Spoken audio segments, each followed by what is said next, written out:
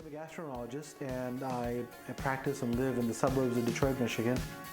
I'm a big sports fan. He became the Rhodes Scholar representative as well as the homecoming king at Ohio State. You know, what we're trying to do is replicate what you would have, for example, in my office. You want to be real and answer questions that are tough sometimes. Take a topic and really understand it and develop a solution. At the end, we'll help the patient that's in front of us and also help the patients at home as well as in the studio audience. That's the essence of what we want to do.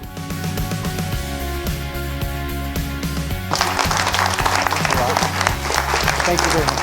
Thank you. Hello and thank you. Thank you for that warm welcome. Now today we'll be discussing a neurological condition affecting over 200,000 Americans, Tourette syndrome. Now patients with Tourette's have tics. Now tics are unusual, repetitive movements or sounds which can't be controlled. It usually starts in childhood and can disrupt the lives of those individuals who suffer from it. Now Tourette's is a chronic disorder lasting a lifetime, but symptoms can get better with age. The cause of Tourette's is really not known. Males are affected 3 to 4 times more than females, and all ethnicities can have Tourette's. Genetics seem to play an important role in this disorder, with family history increasing the risks of having Tourette's. Diagnosis is made by verifying both motor and vocal tics for more than 1 year. No blood tests or x-rays are really needed for diagnosis. Tourette syndrome is not curable, but treatment can be used when symptoms interfere with daily life. Medications can be helpful in controlling or minimizing tics. Psychotherapy and behavior therapy has always been used. Folks with Tourette's have normal intelligence and normal life expectancy. Now, on today's Ask Dr. Nandi, we'll meet nationally renowned singer and musician Danny D. His experience with Tourette's shows us how difficult the diagnosis can be and also how you can take control of your life and achieve your goals. Let's start by looking at this video of Danny. My name's Dan Diziello. They call me Danny D. And the medical condition I have is Tourette syndrome. When I was younger, sometimes you'll yell at obscenities, you know. I'm not doing that right now, but you'll make a jerk or a noise or, you know, do something with your shoulder or blink your eyes, you know. Kind of having two people in your body. If somebody has a really bad case of it, I would just try to deal with work out, take up music, sing, dance, do something, be an artist, do something that takes your mind off it, that you love to do. And don't let anybody tell you that you can't do it.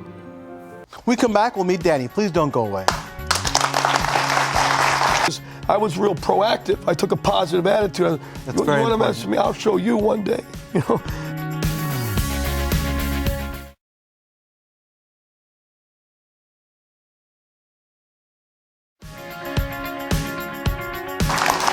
We're back with you now, and we're joined by Danny D, the famous singer. Danny, thank you for joining us. Thank you for asking me to be on the show. It's great. Oh, I appreciate it. And then tell us a little bit about yourself, please. Well, where do you want me to start? I mean, Just at the beginning and I was and born 59. No, you know, throughout high school, I developed Tourette's at 7 years old. And I didn't know what I had. Besides Tourette, I mean, just who you are as a person. I mean, Oh, well, you know, I mean, a musician. talented musician. Yeah, well, I actually, when I was like in 4th grade, I seen Paul McCartney on TV. Yeah. Doing Let It Be. And I was like, that's what I'm going to do. Awesome. And took it all the way up to as far as I could go through my high school days and after that. And then I, you know, got married, raised a family, you know, and through all that, I wound up splitting, you know, amicable split. And we, I got 5 kids, you know, which are all successful. And as about 12 years ago, I really got back into music really heavy and do my own thing. And we had albums that came out. We opened for some major acts. Uncle Cracker, David Lee Roth. We've opened for Mitch Ryder, some very big acts. And then I was in Las Vegas because I own a vending company, and I introduced the digital jukeboxes into America. Is that right? And they had a convention. They wanted to give me an award.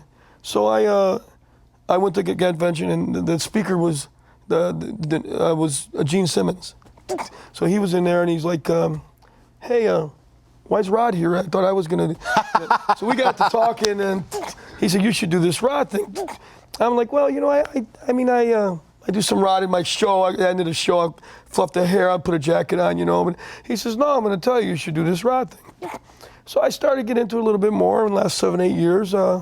I've played all over the country. I ran into numerous stars on my Facebook or website, DannyDLive.com. You can see me with Kid Rock. I sang with Steven Tyler at the Playboy Mansion. I was with Paul Stanley, and It's great. I worked with the Silver Bullet Band. I worked with Actually, Paul Warren and me, Rod's guitar player, did on my last record.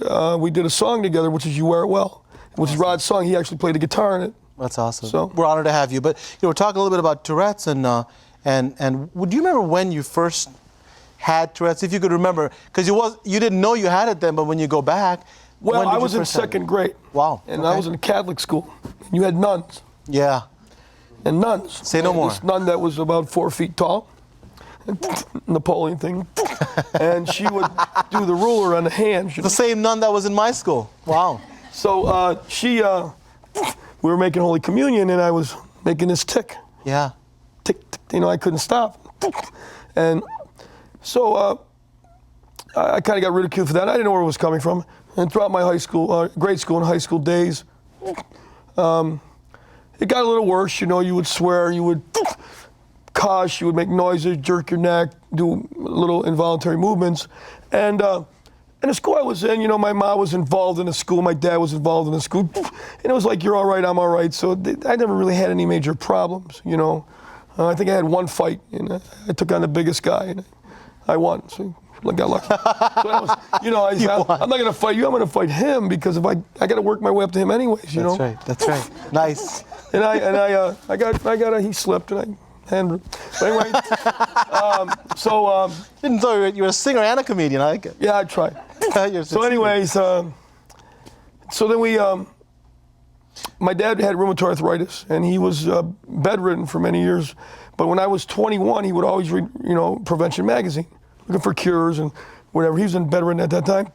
But he says, hey, I think you've got this disease. And he said, well, what's involuntary movement? You do all the same things. So we went to the doctor, got diagnosed, and I said, you got Tourette's. It wasn't that famous back then, It was very pretty rare back then. Oh, yeah. They were going back. Let me get this straight. So you went through, you were 21 then?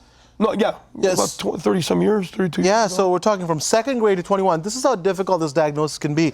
I mean, you probably saw a bunch of doctors that gave you different diagnoses.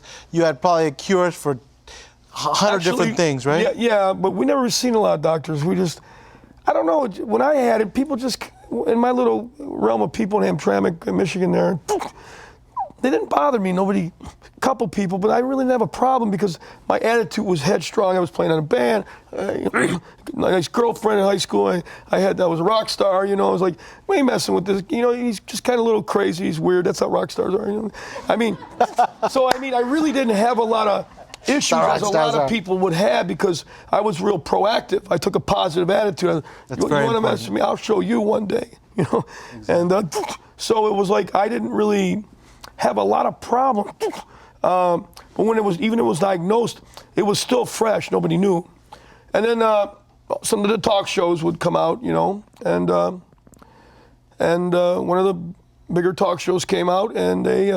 Once that happened, you said, you had that thing that was on so-and-so, and I would say, yep. Yeah. And that kind of made it a lot easier to deal with instead of like going to a bar and you got hiccups, don't you? And I go, no, you got hiccups. I got a cure for that. Oh, boy. So I would sit and think, well, I can explain to him what I got, which he'd never freaking. Or just let him give you the cure. Yeah, you're bent over with a pencil in your mouth, drinking water upside down.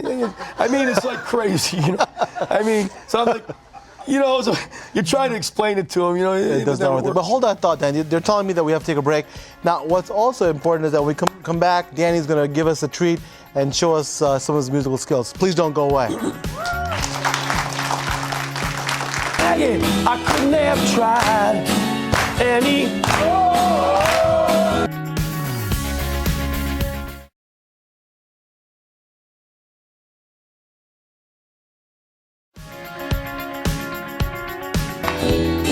Come on, let's go. Everybody, yeah. All right, yeah.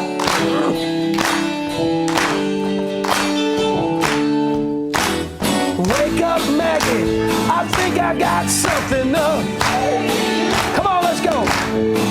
Oh, it's late September. I really should be. said, go, I keep you amused. But I've been being used. Oh, Maggie, I couldn't have tried any more. You lured me away from home just to save you from being alone, yeah. Stole my heart, and that's what really hurts. The morning sun, it's in your face, really shows your age. But that don't worry me, darling, 'cause I'm your everything, yeah. Oh, laughed at part of your jokes. I said my love you didn't need to coax. Oh, Maggie, I couldn't have tried anymore. You lured me away from home just to save you from being alone, yeah. Stole my heart, and that's what really hurt. All I needed was a friend to lend a guiding hand. But you turned into a lover, and mother, what a love. I said you wore me out. All you did was wreck my bed, and in the morning kick me in the head. Oh, Maggie, I wished I'd never seen your face. You lured me away from home just to save you from being alone, yeah. Stole my heart, and that's what really hurt. Oh, yeah. Keep going. Woo! Woo! Give it up. That's how you scream.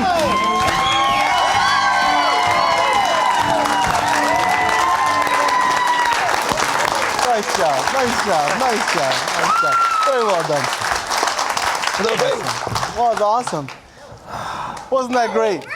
So now we're back with Danny, and we're talking a little bit about Tourette syndrome. Well, that was wonderful, and it shows you that, you know, even if you have Tourette's or any disorder, if you have your mind set to it and you have the talent that you have, that you really can make it happen. I can see what you mean. When we left for the break, you said, you know, I never let the Tourette's really bother me. I just said I'm just going to have a positive attitude and do it. I mean, that's the key, isn't it? Well, yes, hopefully. It's hard. For me, it was easy to do. I just took another angle and just said, I want to do things in my life. I'm not going to let this stop me. I mean, there's a lot of other worst diseases out there. I mean, if this is the worst I get, I'll take it. There's cancer, there's heart disease, there's all sorts of things that are absolutely more deadly than this. I mean, the worst that could happen to me is if I jerk with a knife in my hand and kill myself. So there you have it. I mean, you know, what happened? Well, he stabbed himself in the neck. I think he should have a changing career. How do you go right to comedy? Tourette's, he jabbed himself. Now he's in a wheelchair eating out of a straw. I mean, it's like that could. I mean, but that's. I just not like, stay away advocating from that. knives. You do that. All my knives have round points on them. See? All right. So have you ever been? Now, once you got diagnosed, did you actually get treated for Tourette's? You know, they had me. They tried a couple things. They tried Xanax. They're experimenting right now. They had me on Seroquel, and I would take it at night, like 6 of these pills, and so you could live on the hangover the next day. Really, you know. Yeah. And I mean, I'd wake up at 3 a.m. and I'd try to go to the bathroom, and I'd be like, and I couldn't. Not a good I'm like, feeling. So I don't know if I can even make it. I mean, but it was just And it talks about, you know, what he's talking about is side effects of these medications. Yeah. Sometimes you have the disease or the syndrome, but sometimes the side effects of medications can be worse than the disease, you know. So absolutely, you're right. And you have to really take that. You have to see, is this affecting my life? And is it affecting my life to the point where I can put up with these side effects? You're absolutely right. Well, they don't have a proven drug for it. They say you produce too much dopamine in your brain, presses on nerve, you know. I mean, I really never was a favor of the drug. I tried it just to be, because at one time it was kind of bad, so I tried it, but I never was a favor of them. I just try to make sure that I, you know, beer and a shot sometimes would be better than taking the drug. I mean, the old Hamtramck boy, you know. Yeah, exactly. For those of you who've never been to Hamtramck, that makes complete sense. But you only need to do one. Come and visit us. Or maybe two, you know, it's like, I mean, back in Hamtramck, you got a cut on your hand, put some vodka on it. Exactly. You're cold, whiskey, lemon, and honey, you know, I mean, you got upset stomach. You should go into comedy, I'm telling you. Milk. I mean, it's go all day. I mean, Veshnuvka, it's cherry brandy, it'll cure your cold. I mean, it's like, that's why they all just grow up to be happy people. You know, 300 pounds, happy, jolly, die at 50. The wife gets the insurance policy. Why not? Gone, you know, she lives to be 100. So how do you feel now? Now you look like you have your life in great shape, and you're doing well. Great. I feel great. I'm been very blessed. I have a successful company. I'm at an age in my life where I'm taking my time. I'm working on a new record. I perform. I get to hang out with rock stars. I meet a lot of people. I know a lot of people. I have fun. I take it day by day. And what would you tell America about your experience? You know, people out there are saying, you know, this guy has really conquered his disease and he's on the top of the world. What would you tell them about Tourette's or any other problem that they're having? What advice would you give them? Well, it's not easy. You know, I mean, my problem isn't as bad as a lot, but I'm glad you said that. it's not easy. You gotta. There were some bad days. I mean, you know, where I would jerk so hard and I couldn't breathe. My heart was muscle. You just start. Plus OCD kicks in. That's a compulsive, and once that kicks in, I think it's more of a problem than the Tourette's. Wow. I mean, when it gets hard though, what happens? What do you do to make it better and help you keep going? Well, you try to psych yourself out and stop, you know, or you just you do the best you can. Sometimes you can't. It's like having two people in your body. The way I sometimes say is that, you know, in life you have obstacles and you can do one of two things. You can let that roadblock completely take you and swallow you whole, or what you can do is do what you did. Say, you know what, that's a roadblock, I'm gonna just run it over and then get by it and succeed. One key thing he said, you know, looking at him, and he's done so well, it's not easy. So you have to really have the willpower. You have to have the vision and say, I'm gonna be able to do it. And visualize that, you know, I'm gonna be successful, and you really can be successful. Thank you very much for entertaining us and giving us such great advice. I really appreciate taking the time. We have to take a break. When we come back, we'll have Dr. Esther Young, our neurologist. Please don't go away. Okay, nice job. Nice job. Because if you look at just the Tourette's in terms of the tics, it is 100% in males and much less in females. However, when you look at the associated diseases that come with it, including OCD and ADHD, much more common actually in females.